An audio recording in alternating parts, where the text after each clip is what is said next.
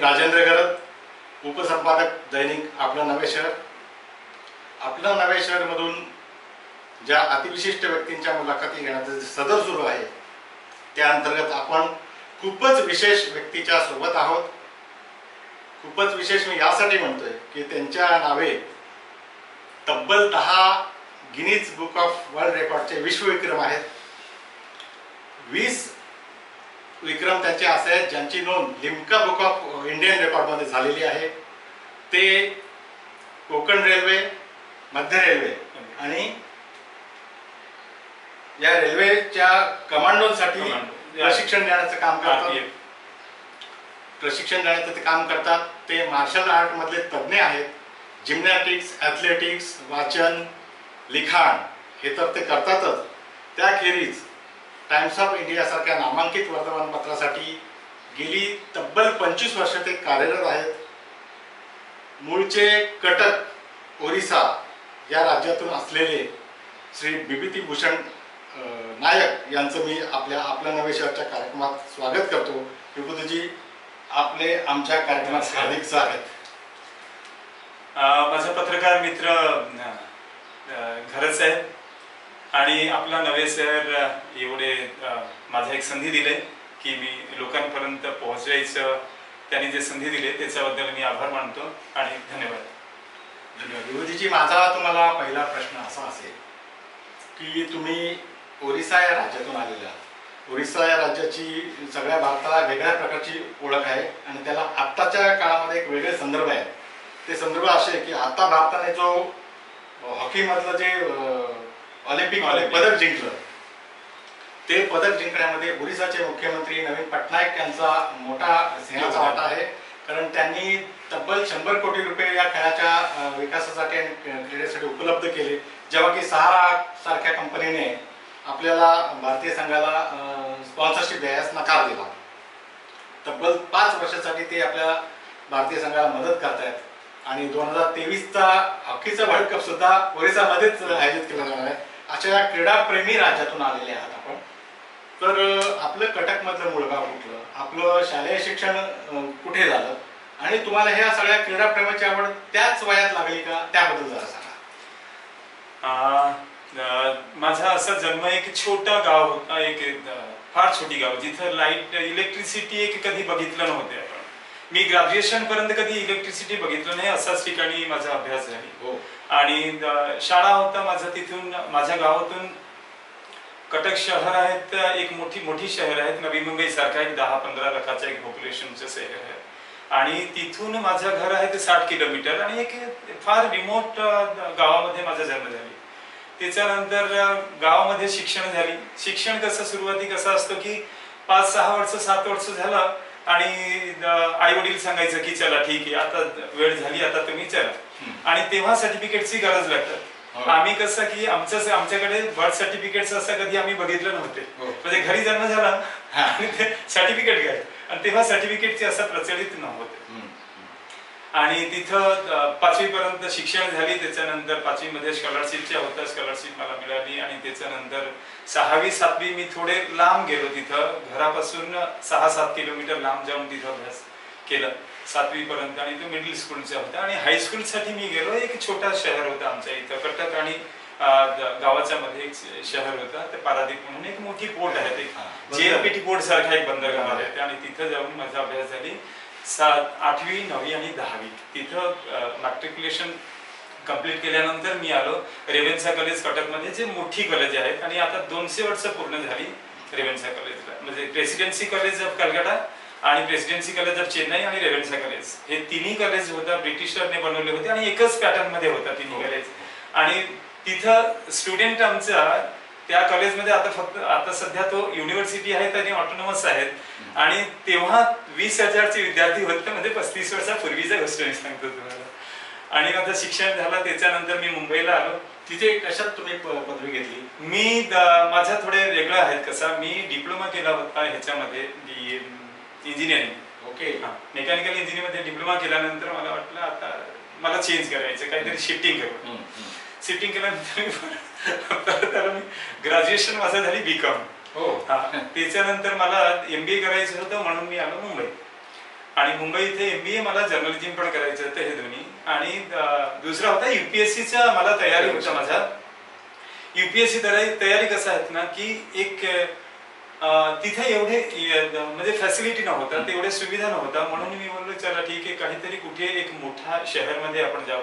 माझा एक पहिला होता फेवर हे होता सिलेक्शन होता कलकत्ता. कलकत्ता कसा होता की तो क्लोज टू माय प्लेस, एक जवळ आहेत, म्हणजे इथून कोल्हापूर पर्यंत किंवा इथून जळगाव पर्यंत असं एवढेच रस्ता आहेत. म्हणजे आज सकाळी बसलो तर मी 8 तास 6 तासामध्ये जाऊन पोहोचतात. आणि नंतर माझ्या डोक्यात आली नाही एक स्वप्न शहर म्हणून, स्वप्नाचं शहर म्हणून मुंबई जाऊ, तिथे एक प्रयत्न करू काय. आणि तोपर्यंत माझ्याकडे एक मोठा एक अचिव्हमेंट होता. मी एक कराटेमध्ये ब्लॅक बेल्ट झालं होतं. ते मला वाटलं की काहीच नाही, ते 86-87 मध्ये मला असं वाटलं की काहीच नाही मला भेटलं, नोकरी वगैरे किंवा ऍडमिशन नाही मिळाली, तो मी कराटे तो कोणालाही मध्ये हे प्रशिक्षण देऊ शकतो. कराटेचे प्रशिक्षणचा एक हे होता माझ्याकडे, एक ध्येय होता की कराटेचं प्रशिक्षण देऊ आणि स्पोर्ट्समध्ये क्रीडामध्ये काहीतरी आपण करू. आणि मुंबईमध्ये आल्यानंतर परत माझा स्ट्रगल सुरू झाली. बरंच एक छोटी कंपनीमध्ये मी नोकरी केलं, तिथं अकाउंटंट नोकरी केलं आणि तिथे इंजिनियर, साईट इंजिनियर म्हणून तो पण नोकरी, म्हणजे एकच ठिकाणी मी एकच कंपनीमध्ये 2 असाइनमेंट एका पगारात 2 काम केलं. आणि त्याच्यानंतर मला परत नाईट कॉलेजला जायचं, इथून चर्चगेट जायचं नाईट कॉलेज माझं MBA साठी तिथं. आणि ह्याच्या व्यतिरिक्त सकाळी उठून मुलांचं ट्युशन घ्यायचं. भारत बिजली कॉलनी राहायला इथं एरोलीला आलो आणि एरोली काहीच नव्हता तेव्हा, नवी मुंबईच जस्ट सुरू झाली होती. आणि तो जुना ब्रिज होता, वाशीचा ब्रिज. आणि तिथून चेंबूर इथून बाहेर पडलं तर म्हणजे चेंबूर नका इथून बस पकडलं तर वाशी येऊन वाशीच्या डेपोच्या इथं ST बस थांबायचं तिथं, तिथून परत पुढच्या प्रवासीत परत. असं म्हणजे ट्रेन फॅसिलिटी नव्हता इथं, हा आमचा लाईन पण नव्हता की ट्रान्सफॉर्मर लाईन नव्हता, काहीच नव्हतं. तेव्हा हे सगळं नसताना की म्हणजे एवढे लांब जायचं, तिथं जाऊन कलेक्टरचं प्रशिक्षण द्यायचं, ठाणेमध्ये, मुलुंडमध्ये, विल्हेपार्लेमध्ये द्यायचं आणि परत नोकरी 8 तास करायचं 9 ते 5. हे सगळं करून मी कसंही टाइम मॅनेजमेंट केलं. पण टाइम मॅनेजमेंटचा एक होता, माझा एक सब्जेक्ट होता टाइम मॅनेजमेंटचा की एक लॉ पेपर एक होता आणि त्याच्यामध्ये एक टाइम मॅनेजमेंटचा एक चॅप्टर होता. त्याच्यामध्ये असं की म्हणजे टाइम कसा तुम्ही डिवाइड करतात, म्हणजे कसं तुम्ही त्याचा वेळेचं व्यवस्थापन कसं करतात, तो मी व्यवस्थित शिकलो. आणि त्याच्यानंतर मला असं वाटलं की टाइम मॅनेजमेंट होऊ शकतात, म्हणजे मल्टिपल ऍक्टिव्हिटी करताना असं काही प्रॉब्लेम होत नाही. फक्त एवढे की थोडे सॅक्रिफाईस कसं की झोप थोडी कमी झाली. एवढे सगळं मल्टिपल ऍक्टिव्हिटी करताना तुमच्याकडे 24 तास पेक्षा तर जास्त नसतात, ते सगळ्यांसाठी आणि माझ्यासाठी पण तेवढेच होतं. त्याच्यामध्ये फार मोठा ऍडजस्टमेंट केला, म्हणून हे सगळं आतापर्यंत जमू शकले. चांगली गोष्ट आहे, चांगलं उत्तर दिलं तुम्ही. मला सांगा, हे सगळं करताना आपल्या कुठल्या तरी क्रीडेला गिनीज बुक ऑफ वर्ल्ड रेकॉर्डमध्ये जागा आहे, हे सर्वात पहिल्यांदा कधी लक्षात आलं तुमच्या? पहिला कसं की एक कराटे एक्सपर्ट असताना किंवा जिम्नॅस्टिक मध्ये लहान वयामध्ये तर जिम्नॅस्टिकच्या मी नॅशनल लेवल पर्यंत जिम्नॅस्टिक मध्ये आणि अथलेटिक्स मध्ये जे फील्ड आणि ट्रॅक इव्हेंट मध्ये शॉर्टपुट पासून जॅव्हलिन थ्रो पर्यंत आणि रनिंग स्प्रिंट, जेवढे स्प्रिंट आहेत 100 मीटर, 100 मीटर, 200 मीटर सगळं मी ट्राय केलं. आणि मी तेव्हा पण माराथन मी करत होता 42 किलोमीटरचा.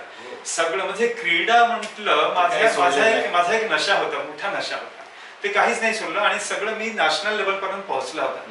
माझा प्रयत्न होता की इंटरनॅशनल लेवलला कसं जायचं, आंतरराष्ट्रीय स्तरावर कसं जायचं स्वतःला आणि इंडियाचं नाव मागे पुढे घेऊन जायचं कसं, ते होतात. पण तेवढे मला संधी मिळाली नाही. नंतर मी असा विचार केला, चला ठीक आहे, हे बरेच लोक असा कराटे शिकवतात आणि शिकतात, तो आपण हे काहीतरी वेगळं काहीतरी करू. तो मी चर्चगेट असा कॉलेज इथून येताना एक फुटपाथवर ते जुनी पुस्तक बघितलं, the Guinness book of world record. तो पुस्तक बघितल्यानंतर तेव्हा लिम्का नव्हता, 87 मध्ये लिम्का सुरू नव्हता. त्याच्यानंतर लिम्का बुक ऑफ रेकॉर्ड सुरू झाली आणि इंडियामध्ये रेकॉर्डची नोंद घेत नव्हते कोणी असं. आणि गिनीज मध्ये फार इंडियन कमी होते, म्हणजे असा बोटावर असं मोजून काही लोक होते. मी बघितलं की काही रेकॉर्ड असं आहेत ना जे मी करू शकतो. म्हणजे मी आज 10 पुशअप्स करतो, तर 12 पुशअप्स केलं तर माझं एक रेकॉर्ड होईल. बरोबर. 2 पुशअप्स काय नाही करू. म्हणून ते प्रयत्न सुरू केला. आणि त्याच वेळी हे पुस्तक घेताना त्याच वेळी मला बघायला भेटलं की एक टेलिव्हिजन चॅनल मध्ये, तेव्हा तो DD1 आणि DD2 होता. DD1 मध्ये दर संडे 11 ते 12 पर्यंत ना ते दाखवायचं the spectacular Guinness book of world records. ते दाखवताना काही असं मी बघितलं की म्हणजे हा फिटनेसची रेकॉर्ड तर मी करू शकतो. म्हणजे थोडे आणखी मेहनत करावं लागेल आणि त्याच्यासाठी थोडे मेहनत आणि तुमचं लगन हे दोन्ही पाहिजे. आणि तो मी सुरुवात केलं. आणि हे सुरुवात झाली कधी 1998 मध्ये सुरुवात झाली. आणि 99 मध्ये माझा पहिला रेकॉर्ड झाला. हे ग्रॉइन मध्ये किक करायचं. हे सेंटर आपलं, हे सेंटर जे वल्नरेबल पार्ट असतो, ह्या डेलिकेट पार्टला कसं कंडिशनिंग करायचं. म्हणजे बॉडी कंडिशनिंग असं म्हणतो की इथं काही थोडा एक छोटा काहीतरी असं लागलं थोडक्यात म्हणजे माणूस तळपडतो. आणि तिथं मी कंडिशनिंग सुरू केलं. मी बोलले चला ठीक आहे, एक काहीतरी रेकॉर्ड करू. ते रेकॉर्डचं असं झाली की एक सुधाकर आंबेडकर म्हणून आमचे नवी मुंबईचे तेव्हा पोलीस कमिशनर होते. आणि ते बोलले हे शक्य नाही, मला यायचे बघायला. जेव्हा मी त्यांच्याकडे गेलो होते, सर असं मला रेकॉर्ड करायचं, तुम्ही परीक्षक म्हणून तिथे या आणि मला सर्टिफाय करून द्या की म्हणजे हा रेकॉर्ड माझ्या समोर झाला, साक्षीदार म्हणून माझ्या समोर झाला. मला वाटतं ते पहिलेच कमिशनर ना? पहिले कमिशनर नाही, त्याचा पहिले शिंदे, खंडागळे होते, शिंदे आले होते, त्याच्यानंतर आंबेडकर साहेब. त्यांनी स्वतःहून आले आणि ते बघितल्यानंतर त्यांनी स्वतःहून किक केले. इथं सेंटरला त्यांनी स्वतःहून केक केला. आणि त्यांनी एल्बो स्ट्राईक पण, ते कमांडो होते स्वतः, म्हणून त्यांनी एल्बो स्ट्राईक पण मारून दाखवले. म्हणजे एल्बो मध्ये एल्बो जास्त लागतो फटका. ते फटका ते सगळं बघितल्यानंतर त्यांनी एक सर्टिफिकेट दिले. हे साक्षीदार म्हणून हे रेकॉर्ड मी पाहिलं. आणि आता ते रेकॉर्डचं मला निमका बुक मध्ये पाठवायचं. आमचे कॉर्पोरेटर मित्र होते, त्यांनी पण आले होते बघायला आणि त्यांनी पण सर्टिफाय करून दिले. 2 माणसाची गरज होती की गेजेटेड ऑफिसर लेवलची 2 माणसाची सर्टिफाईड कॉपी असेल तुमच्याकडे, तुम्ही जाऊ शकतात. म्हणजे रेकॉर्ड बुक तुम्हाला सर्टिफाय करतात. त्याच्यानंतर तो तेव्हापासून तो रेकॉर्ड होता. आणि तो रेकॉर्ड रिजेक्ट झाला. तो रेकॉर्ड गिनीजने रिजेक्ट केला. आणि माझ्याकडे लेटर पण आहे. तेव्हा कसं इथून पाठवायचं म्हणजे कुरिअर पाठवायचं तर फार मोठा खर्च असतात त्याच्यामध्ये. आणि पोस्ट मध्ये, इंडियन पोस्ट मध्ये पाठवायचं 2-3 महिन्यामध्ये तिथं पोहोचतात पेपर. आणि 6 महिन्यापर्यंत तुम्हाला वाढवून जायचं, वाट पाहायचं की म्हणजे कधी उत्तर येईल. तेव्हा तर मेल वगैरे काहीच नव्हतं. आणि जेव्हा उत्तर आली ते 6 महिन्यानंतर माझ्याकडे गिनीचं एक लेटर, मला असं वाटलं की म्हणजे हा तो त्याचे लोगो बघून मला वाटलं की हा तो गिनीचं सर्टिफिकेट आहे. नंतर बघितलं की 2-3 लाईनचा होता. Your record is not accepted by Guinness book of Records and you can try attempt once again for different records, the related records, but this is quite dangerous actually from medical point of view असं लिहिलं होतं. अच्छा, medical point of view this is quite potentially dangerous असं लिहिलं. तो म्हणजे medical काही डॉक्टरला मी विचारलं, तो बोलते हा शक्य नाही, हे होऊ शकत नाही, कसं काय कोणी असं किक लाथ कोणी घेऊ शकतात. तर रेकॉर्ड रिजेक्ट झाल्यानंतर मी थोडे अपसेट झालो आणि थोडे असं वाटलं की आणखीन काय करू शकतो आपण. चला ठीक आहे, परत पुस्तक घेतलं, परत काहीतरी पुस्तक घेऊन परत अभ्यास केलं आणि बघितलं ठीक आहे पुशअप्स मध्ये आपण प्रयत्न करू. आणि तो होता उलटा. आम्ही नेहमी असा पुशअप्स करायचं, सरळ हात ठेवून असं पंजा ठेवून करायचं. आणि तो होता रेकॉर्ड असा उलटा हात, मी म्हणजे पंजाचा दुसरा पलीकडे. तो हाताचा पुशअप सुरू केला. तो 671 होता, तो 660 होता आधीचा रेकॉर्ड होता. बोस्नियाचा एक मिलिटरी पर्सनल होता, त्याचा 660 होता 1 तासात. आणि तो रेकॉर्ड मी प्रॅक्टिस करताना जेव्हा सराव सुरू झाली आणि माझा रेकॉर्ड काही दिवस आहेत म्हणजे 15 दिवस आहेत, तो झाली 671. तो इंग्लंडचा दुसरा एक मरीन कमांडो त्यांनी केला म्हणजे 671. 11च्या फरक मध्ये त्यांनी तो रेकॉर्ड मोडला होता. मी बोला आता काय केलं, 11 आणखीन एक हे वाढलं म्हणजे काम थोडे आणखीन वाढून गेला. तो मी परत सराव सुरू केला आणि तो डेट पण एक्सटेंड केला की माझं तो टार्गेट तेवढेच होता. आमचं कसं लक्ष असतं की रेकॉर्ड ब्रेक झाली बस संपलं. म्हणजे एक गिनीज बुक मध्ये एकदाच जायचं, बरोबर, एकदाच एंट्री करायचं, तोंड दाखवायचं असं. आणि नंतर मला कळलं ना आता मी थोडे आणखीन जोरात आता सराव करू आणि ते 671 तर नाही, मी 700च्या वरती टार्गेट ठेवायचं. तो प्रॅक्टिस करताना 700 ते 750, 800 पर्यंत पोहोचलो, 900 पर्यंत पोहोचलो. अरे वा. हा 900 पर्यंत पोहोचलो प्रॅक्टिस करताना. आणि प्रॅक्टिस पण कधी करायचं हा एक मोठा इंटरेस्टिंग गोष्ट आहे. रात्री 12 वाजता सगळं झोपल्यानंतर मला प्रॅक्टिस करायची. मला कोणी डिस्टर्ब नको. 1 तास म्हटलं कसं की मला टायमर पण ठेवायचं, मी काउंटर मी टायमर, मला लिहायचं तिथं की 10चा सेट झाली 15चा सेट करायचं. हा आणि तो जाऊन माझ्या टेरेसवर करायचा. आणि तो रेकॉर्ड सक्सेस झाला. तो रेकॉर्ड जेव्हा सक्सेस झाली 9 महिन्यानंतर त्याचा रिप्लाय आली. अच्छा, बी अस्युर्ड असं लिहिलं होते, be assured that you are a record holder असं लिहिलं होते. बी अस्युर्ड, बी अस्युर्ड. असं मला वाटलं हे तो कन्फर्मेशन आहेत का. परत त्यांना कसं करायचं की मी फोन केला तिथं इंग्लंडच्या त्यांच्या ऑफिसमध्ये, लंडनच्या ऑफिसमध्ये मी फोन केला. तो बोलले we have already mention that in the letter that be assured that means you are a record holder. अच्छा, म्हणजे तेव्हा कन्फर्म झाल्यानंतर माझ्या वाशीमध्ये जेवढे पत्रकार मित्र होते वाशी प्लाझाच्या इथं, ते सगळं भेटलं. त्यांना मी सांगितलं असे असे आहे हे लेटर. पण त्यांना असं वाटलं ठीक आहे सर्टिफिकेट सेव्ह द्या, त्याच्यानंतर आपण सेलिब्रेशन करू. आणि काही लोकांनी असं घेतलं मजाक की अरे इंडियन कसं आहे, इंडियन तर कुठे रेकॉर्ड काय केलेले नाही कोणी. आणि हे तो एक आगळं वेगळं प्रकारचा रेकॉर्ड होता. हे रेकॉर्ड सर्टिफिकेट येऊ द्या, सगळ्यांचं हेच म्हणणं होतं की सर्टिफिकेट येऊ द्या. मी बोललो ठीक आहे तोपर्यंत आपण थांबू. आणि रेकॉर्ड झाली जुलै 2001 मध्ये. जुलै 15 2001 मध्ये रेकॉर्ड झाली. आणि 2002 मार्च 18 तारीख मध्ये जवळपास मध्ये 9 महिन्यानंतर माझ्याकडे सर्टिफिकेट आली. जेव्हा सर्टिफिकेट आली तिथं माझा एक जिथं मी सराव करत होता त्याच ठिकाणी माझे काही विद्यार्थी तिथे जमले होते. आणि विद्यार्थ्यांचा असा होता की आज तो सेलिब्रेशन करायचं. मी कोणाला काही सांगितलं नाही, फक्त एवढे आज गिनीज इथून काहीतरी लेटर आलं आहे. आणि त्यांना वाटलं की ठीक आहे सर्टिफिकेट असेल. आणि संध्याकाळी आमचं सेलिब्रेशन झाले त्याच ठिकाणी. म्हणजे सगळं ते फक्त सर्टिफिकेट बघत होते. सर्टिफिकेट एवढे अट्रॅक्टिव्ह होतं. सर्टिफिकेट बघून काही मुलाने तिथंच सुरू केलं की म्हणजे बॅक अँड पुशअप्स कसं करायचं तिथंच सुरू झाली त्यांचं. कोणी 100 केले, कोणी 200 केले. असंच आमचं सेलिब्रेशन होतं. म्हणजे खरं सेलिब्रेशनचा हे प्रॅक्टिकल होत ना की म्हणजे फिजिकली तुम्ही काहीतरी करून दाखवतात. म्हणजे तुमच्या शरीरमध्ये ते जो उत्सुकता आहे ते वाढला होता. बरोबर.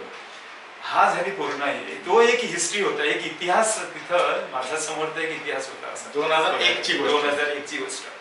तुमचा एक पुढचा विक्रम असाच आता तुम्ही सांगितलं की नाजूक भागावर फटके मारून तो एक रेकॉर्डचा प्रयत्न होता. जेव्हा तो किक इन द ग्रॉइन मध्ये किक करताना, सेंटर मध्ये किक करताना तो रिजेक्ट झाला गिनीजने. आणि त्याच्यानंतर लिम्का 2 वर्षानंतर मी लिम्काला पण अप्लाय केला होता. जेव्हा लिम्का सुरू झाली त्यांनी कोणी बोलले नाही त्यांनी गिनीज इथून शोधून काढलं की त्यांचे वेबसाईट मध्ये असं लिहिलेलं आहे. माझा जो रिमार्क त्यांनी दिलेले गिनीज एवढे फास्ट आहेत आणि एवढे ट्रान्सपॅरंट आहेत सगळं. त्यांनी असं लिहिले होते this record is not promoted.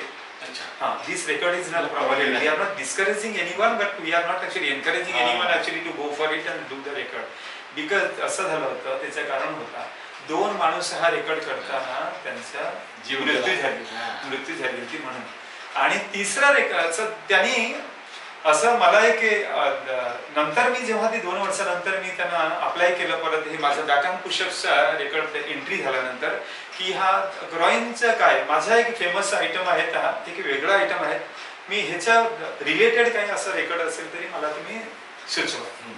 त्यांनी सुचवले होते की ह्याचा तो ब्रेकिंगचा रेकॉर्ड आहे ऑलरेडी. किकिंगचा रेकॉर्ड नाही, ब्रेकिंगचा आहे. आणि तो होता 2 लाद्या ठेवून त्याला ब्रेक करायचा, हातोडा मारून त्याला ब्रेक करायचा. 2 होता. आणि त्यांनी बोलले की नाही आता तर 2 नाही आता 3 तुम्हाला करायचं असेल तर 3 2 पेक्षा जास्त. आणि सुरू झाली. तर हे तो ग्रॉइन तर ऑलरेडी सेंटर तर ऑलरेडी कंडिशन होता. म्हणजे तो जेवढे लात खाऊन ते सगळं झाली होती ते. तर त्याच्यामध्ये असं मला वाटलं नाही की काहीतरी मला त्रास होईल. पण ठीक आहे की कसं असतो पेन जे दुःख तुम्ही म्हणतात ना, दुःख की त्रास होतो, मला कष्ट हे कष्ट शिवाय तुम्हाला काही असं मिळत नाही. No pain no gain. No pain no gain. आणि तेव्हा मी सुरुवात केलं आणि इथं वाशी इथं रायकरचे एक लॅब होता. लॅबमध्ये आमचे काही मित्र, पत्रकार मित्र मला घेऊन गेले. चला इथं गिनीचा असा पण होता क्रायटेरिया, ते प्रोटोकॉल होता, त्याचा टेस्टिंगचा रिपोर्ट म्हणून आम्हाला पाठवावा लागेल. जे ब्लॉक तुम्ही बनवतात ना ते ब्लॉकचा टेस्टिंगचा रिपोर्ट असे प्रोटोकॉल मध्ये बसला पाहिजे. म्हणजे हा रूल्स आहेत, एवढे डेन्सिटी त्याचं असलं पाहिजे, एवढे रुंदी, त्याला एवढे लांबी, हे सगळं. आणि मटेरियल काही काही वापरतात ते पण एवढे बारीकीने त्यांनी कंटेंट आणि गाईडलाईन्स लिहिले होते. त्याचप्रमाणे तो कुठेतरी चूक झाली म्हणजे 19-20 झालं ते म्हणजे तो रिजेक्ट होण्याची शक्यता आहे. डिस्क्वालिफाय परत मला एकदा डिस्क्वालिफिकेशनची भीती होता की डिस्क्वालिफिकेशन जे करायचं ते व्यवस्थित करायचं. त्याच्यासाठी मोठा तयारी झाली, फार मोठी तयारी होती. आणि काही मित्राने मला मदत केलं की ते मटेरियल आणायचं, परत त्याच्यासाठी खर्च असतो. आणि सुदैवाने काय झालं, AXN चॅनेलने शोधून मला काढलं की म्हणजे हा ऑलरेडी रेकॉर्ड होता माझा. बरोबर. म्हणजे 2002 मध्ये माझं सर्टिफिकेट आली. त्याच्यानंतर PTI, UNI वगैरे जेवढे एजन्सीज. आणि दुसरं आणखीन सांगू, आपल्या नवे शहरचा एक मोठा म्हणजे कसं कॉन्ट्रीब्युशन आहे माझ्या अचिव्हमेंट मध्ये. आमचा एक भट साहेब म्हणून KR भट साहेब म्हणून आपल्या नवे शहरचा सिस्टर कन्सर्न जो न्यूजपेपर होता, न्यूज बँक होता, तेव्हा सुरू झाली होते, ते एडिटर होते, संपादक होते.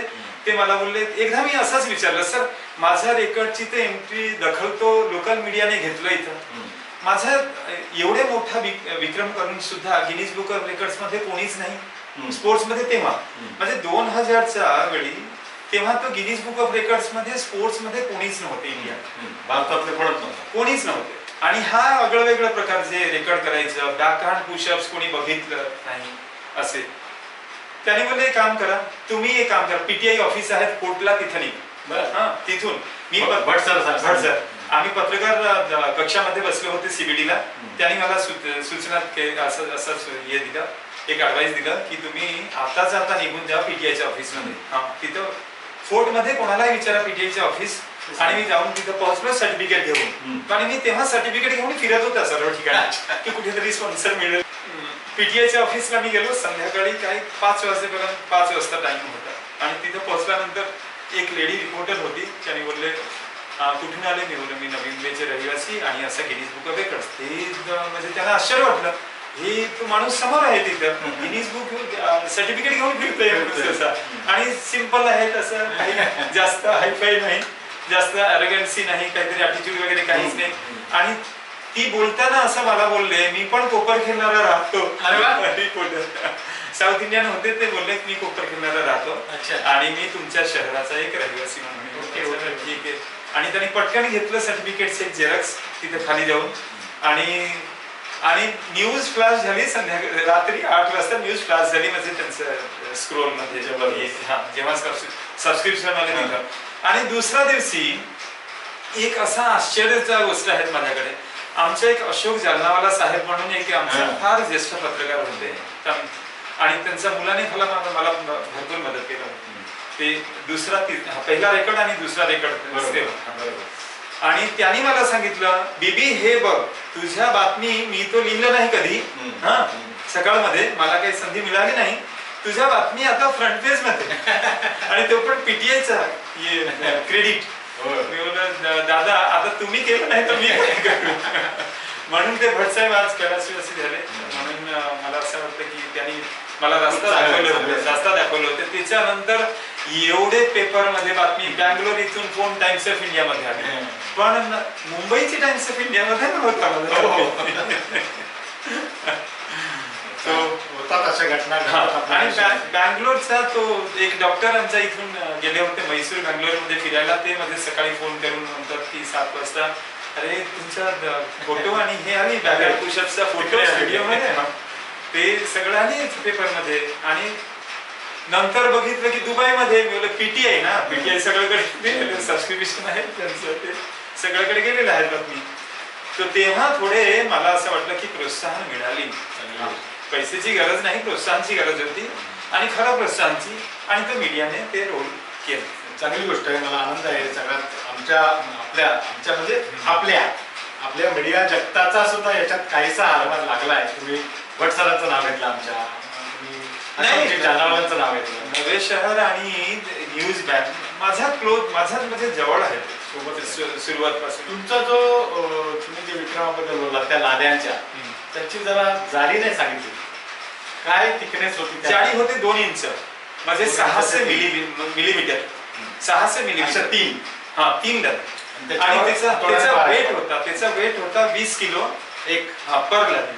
एक लाद्याचा वेट होता 60 किलो, 60 किलोचा लाद्या ह्याच्यावर ठेवून एकावर एक ठेवायचा. आणि तो एक 14 किलोचा आहे की हॅमर, स्वेज हॅमर मारायचा. आणि तुम्ही साक्षीदार पण होते तिथे. एक्सएमने स्पॉन्सर केला होता. एक्सएमने मला काही प्रॉमिस केले होते, बरंच काहीतरी. अच्छा. फिनान्शियल प्रॉमिस केले होते. 60 कोटी रुपये त्यांनी कमवले, 1 पैसाची प्रश्न. अशाही घटना या क्षेत्रात असं घटना झाली. कसं मी तिथं पोहोचलो आणि त्याने सांगितलं की एग्रीमेंट आता साईन करायचं आणि मला रेकॉर्ड करायचं. माझा फोकस असतं रेकॉर्ड होता, तिथं रेकॉर्ड होता. आणि तिथं 2 रेकॉर्ड होता. एक होता पाम पुशअप्स होता 1 मिनिटाचा आणि तो 3 लाद्या ब्रेक करायचे होतं त्याच वेळी, म्हणजे सबसिक्वेंटली करायचे होते. आणि त्यांनी असं कॉम्पिटिशन ठेवले होते की पूर्ण इंडिया मधून सगळ्यांना त्यांनी बोलवले होते की पुलअप साठी बरंच काहीतरी आयटम होता. त्याच्यामध्ये बरेच प्रकार होता, क्रीडा प्रकार होता. त्याच्यामध्ये सगळ्यांना बोलवले होते. सिलेक्शन झाली होती. काही एंट्री 7000 एंट्री आली होती. त्याच्यातून त्यांनी सिलेक्शन केले होते आणि 4-5 त्यांनी ह्याच्या प्रकरण घेतले होते ह्याच्यामध्ये क्रीडा प्रकार. आणि तो 60 किलोचा लादी फोडल्यानंतर तो एक्सएम चॅनेल तो त्यांनी दाखवले. त्यांच्याकडे एक्सएम चॅनेल होता, सोनी होता, बरंच काहीतरी त्यांचे चॅनेल्स होता, ऑस्ट्रेलियन चॅनेल होते. आणि 10-15 चॅनेल मध्ये नेहमी दाखवायचं 6 महिन्यापर्यंत. जेव्हा 2003 वर्ल्ड कप होता, क्रिकेटची वर्ल्ड कप, तेव्हा पण दाखवायचं. म्हणजे माझा की एक प्रोमो म्हणून दाखवायचं. आणि तो रेकॉर्डचा सगळं खर्च त्यांनी घेतलं. माझ्यावर काही टेन्शन नव्हता. तो दोन्ही रेकॉर्ड जो झाली तो सुंदर रेकॉर्ड झाला आणि फार डेंजर रेकॉर्ड झाली. आणि तो रेकॉर्ड नंतर काय झाला, एक महत्वाची गोष्ट मी सांगू इच्छितो. त्या रेकॉर्ड नंतर गिनीजने असं लिहिलेले, this record will stay for ever and we don't want to encourage anybody. त्याचा अर्थ हे आहे, त्याच्या आधी पण 2 माणूस आणखीन त्यांचा मृत्यू झाली हे ब्रेकिंग करताना. म्हणून त्यांनी ब्रेकिंगचा रेकॉर्ड पण असा लिहून दिले की हा रेकॉर्ड आम्ही प्रमोट करणार नाही, हा रेकॉर्ड आम्ही कोणाला करू देणार नाही. हा झाला. म्हणजे तो रेकॉर्ड ब्रेक झाली नाही आतापर्यंत. बाकी जवळपास 10 रेकॉर्डतून 7-8 रेकॉर्ड ऑलरेडी ब्रेक झालेला आहे. ते record is set actually to be broken. तो अनबिटेन रेकॉर्ड आहे आणि it will stay for ever. त्याला आपण अलाउडच नाही, त्याला अलाउ करत नाही. आणि गिनीज आता पण ते फ्लॅश करते या record. This is evergreen record. असं खूपच चांगली आणि प्रेरक माहिती तुम्ही सांगताय. या सगळ्यामध्ये कधीतरी असा प्रसंग आला का की बाबा आपल्याला नैराश्याने घेतलं, डिप्रेशन आलेलं आहे, रेकॉर्ड करताना किंवा रेकॉर्डची प्रॅक्टिस करताना जखमी व्हायची वेळ आलेली आहे, असा काही इन्सिडेंट झालाय?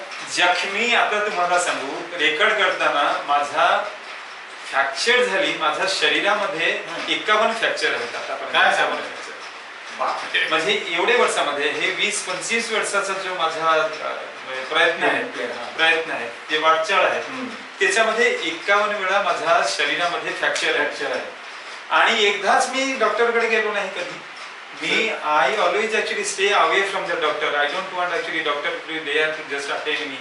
म्हणजे फ्रॅक्चर असून सुद्धा मी स्वतःही करतो. मी सगळं स्वतः करतो. काहीच उपचार नाही, बँडेज नाही, इंजेक्शन नाही. माझा बँडेज वेगळं असतं. मी एक सपोर्ट देतो. जिथे फ्रॅक्चर झाली ते बोनला मी सपोर्ट देतो दोन्ही बाजूला. असं काठी वगैरे लावून मी स्वतःहून ते बँडेज वगैरे बांधून घेतो. बस झाली. आणि त्याला थोडे रेस्ट दिलं, माझं काम झाली. ते म्हणजे हिलिंग कॅपॅसिटी माझ्याकडे भरपूर आहेत आणि इम्युनिटी एवढे स्ट्रॉंग आहेत ना, ते मला असं वाटतं की देवांचा एक आशीर्वाद आहे.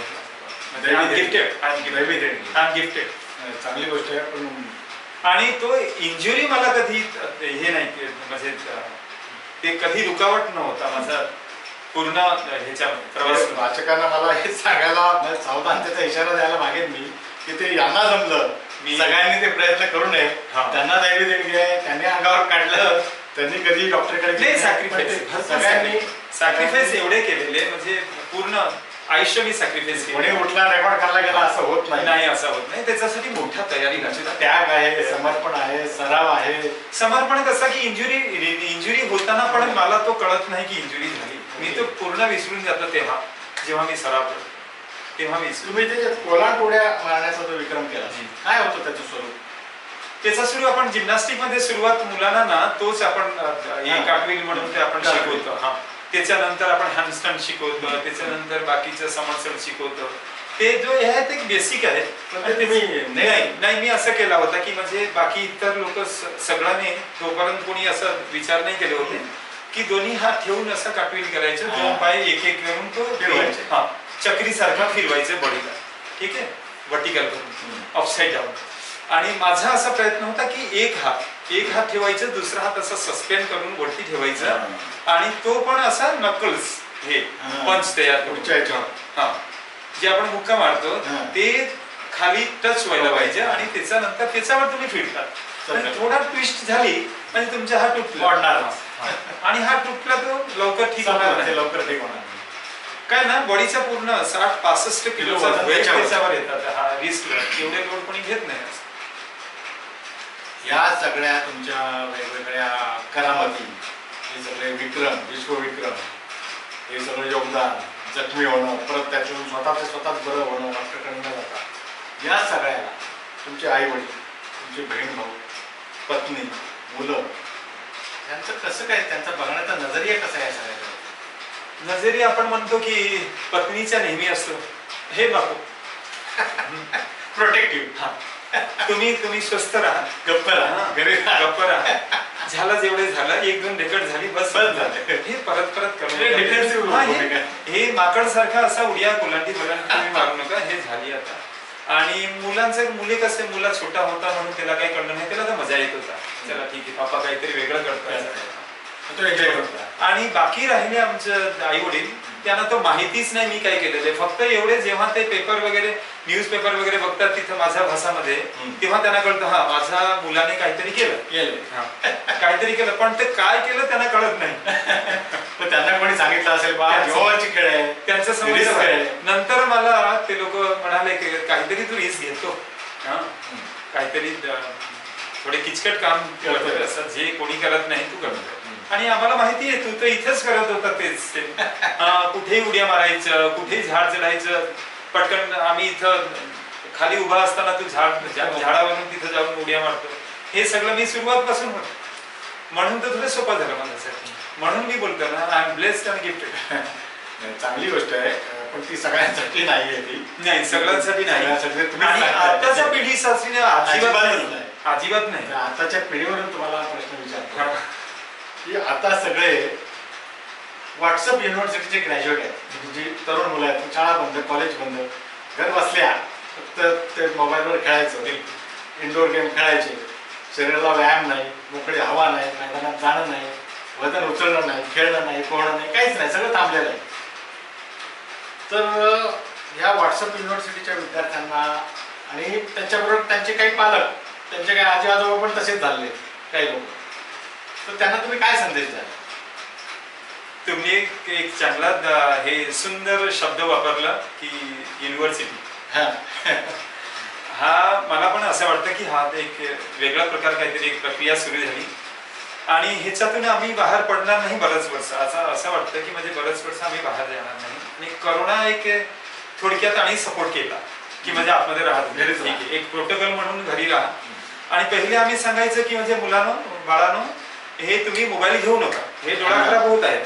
आणि नंतर असा पाळी आली, करोनाने काय केलं, करोनाने बोलला ना ऑनलाईन शाळा सुरू करायचं, तो मोबाईल हातात पाहिजे.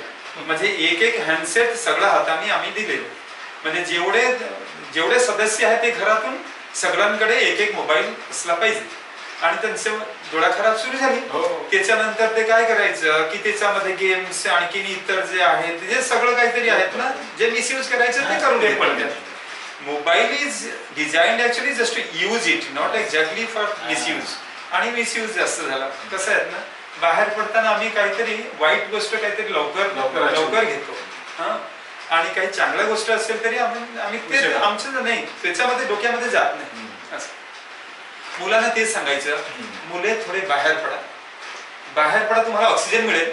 आणि जे ऑक्सिजन मध्ये आता करोनामध्ये जे लोक मेलेले आहेत त्यांचा प्रॉब्लेम कुठेच नाही. फक्त आम्ही स्वतः एक असा क्रिएट केलेला सीन जिथं ऑक्सिजन जाऊ शकत नाही त्याच ठिकाणी त्यांनी आपण ठेवले. हा.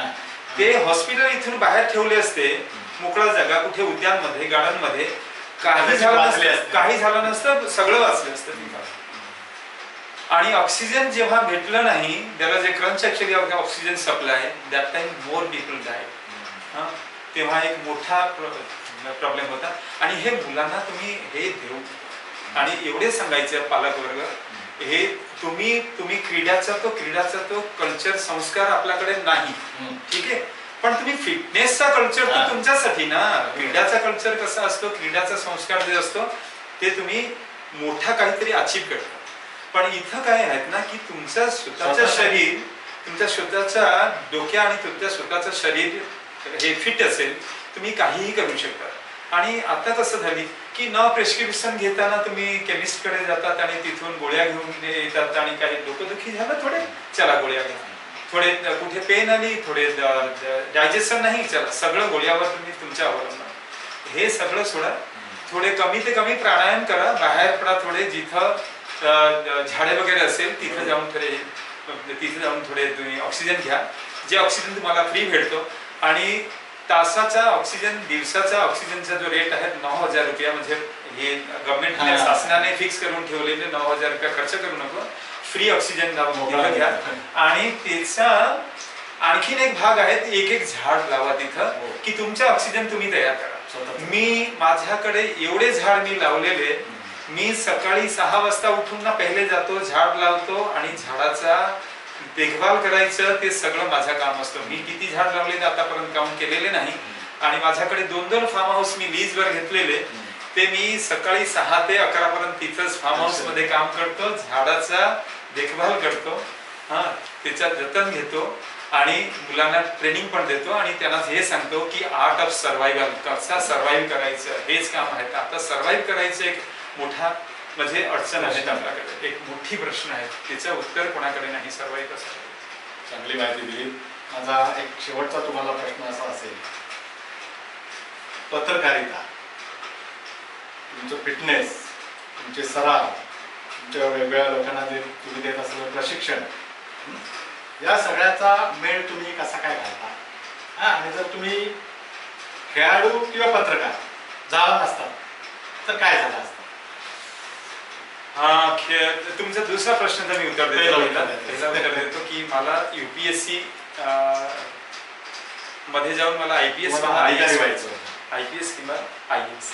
IPS माझ्यासाठी सोपा होता की I was physically fit, I was extremely fit, I was the fittest person actually those days. तो मी 50 किलोमीटर धावू शकतो कधीही, 10,000 स्किपिंग उड्या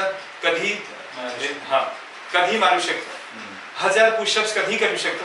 म्हणजे त्याच्यामध्ये माझ्या फिजिकल फिटनेस मध्ये काही प्रश्नच नव्हता. आणि प्रॉब्लेम झाले की फिनान्शियल कंडिशन थोडे खराब होता. मला ग्रॅज्युएशनच्या नंतर मी मुंबईला आलो आणि तोच सर्व्हाइव्ह करायचं, कसं जिवंत कसं राहायचं ते शिकायला मी आलो इथं. आणि मुंबईने आणि महाराष्ट्राने मला भरपूर दिलं. एक छोटासा गावातून मी 11वी-12वी कॉलेजमध्ये हाफ पॅन्ट वर होता, एक हाफ पॅन्ट, 2 वर्ष एक हाफ पॅन्ट आणि हाफ शर्ट, तो पण मला कोणी दिले होते. आणि पूर्ण कॉलेजमध्ये मी एकच मुलगा होता, माझ्याकडे फक्त हाफ पॅन्ट होता, मला मुले चिडवायचे. बाकी तिथं प्रोटोकॉल सगळं तोडून मी हाफ पॅन्ट घालून 2 वर्ष मी 11वी-12वी केलं. आणि मला असं वाटतं की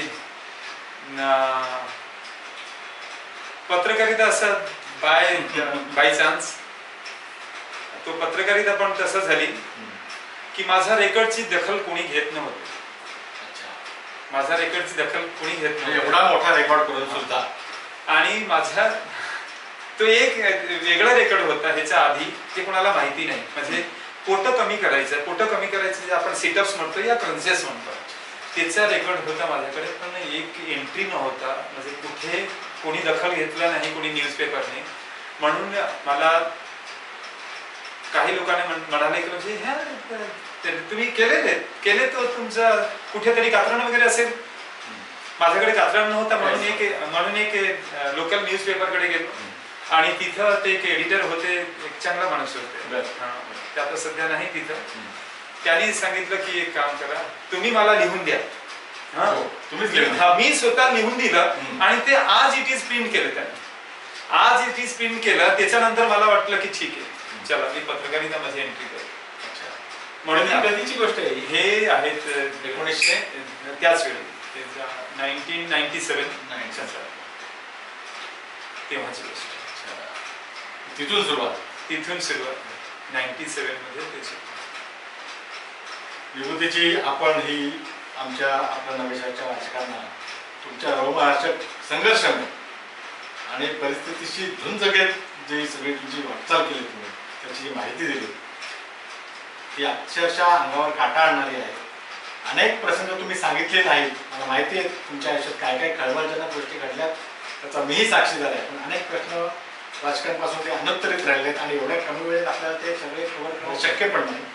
तर आपण जी सगळी माहिती दिली त्यासाठी आपले आभार आणि आपल्या पुढच्या वाटचालीला शुभेच्छा.